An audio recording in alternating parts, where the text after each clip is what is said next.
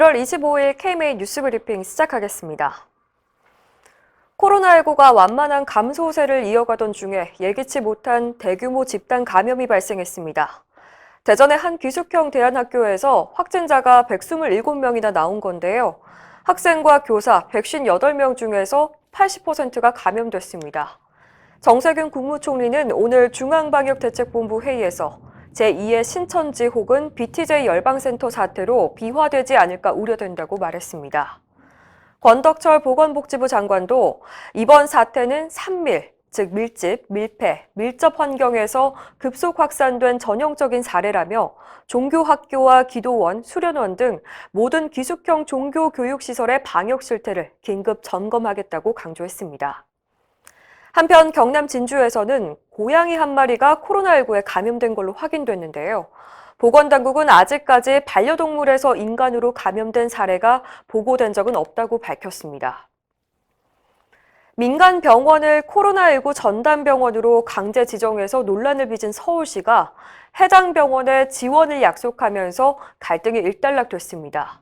서울시와 대한요양병원협회는 최근 긴급 간담회를 가졌는데요.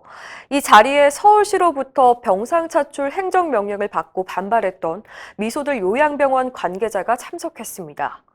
병원 측은 자발적인 참여를 전제로 전담 요양병원 지정을 수용했는데요. 단 의료진과 종사자 등 인력 지원을 요구했습니다. 이에 대해서 서울시 측은 전담 요양병원 수행에 필요한 인력과 예산을 지원하겠다고 밝혔습니다.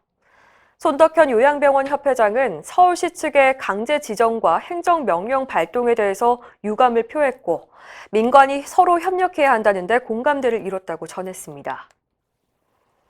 정부가 이르면 2월 초부터 코로나 백신 접종을 시작하겠다고 했지만 정작 의사들은 준비를 어떻게 하란 건지 구체적인 계획을 전달받지 못해서 혼란이 가중되고 있습니다.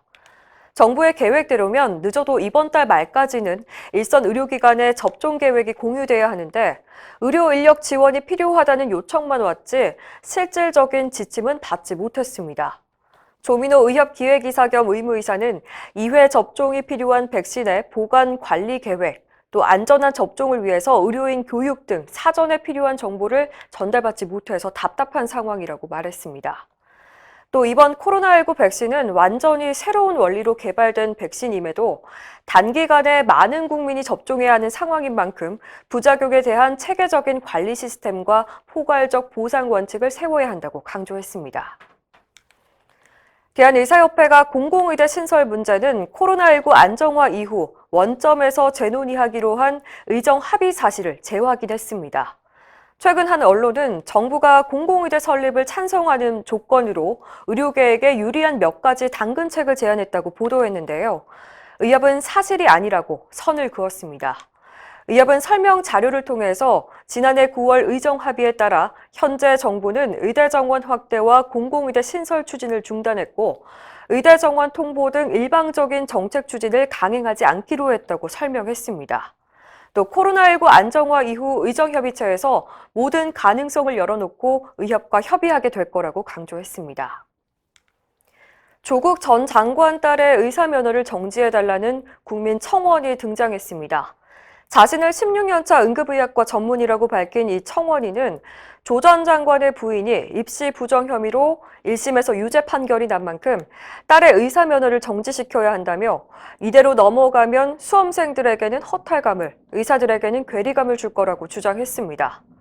또 범죄 혐의만으로 딸을 퇴학 조치했던 과거 최순실 사건과 형평성 차원에도 어긋난다고 지적했습니다. 이 청원에는 오늘 오전 현재 5만 명 가까이 참여했습니다. 한편 국회에서는 부정한 방법으로 의사 면허를 취득할 경우 무죄가 확정될 때까지 면허 발급을 보류하는 일명 조민방지법이 추진될 걸로 보여서 관심이 모아집니다. 이상으로 뉴스 브리핑을 마칩니다. 자세한 사항은 의협신문을 참고하시길 바랍니다.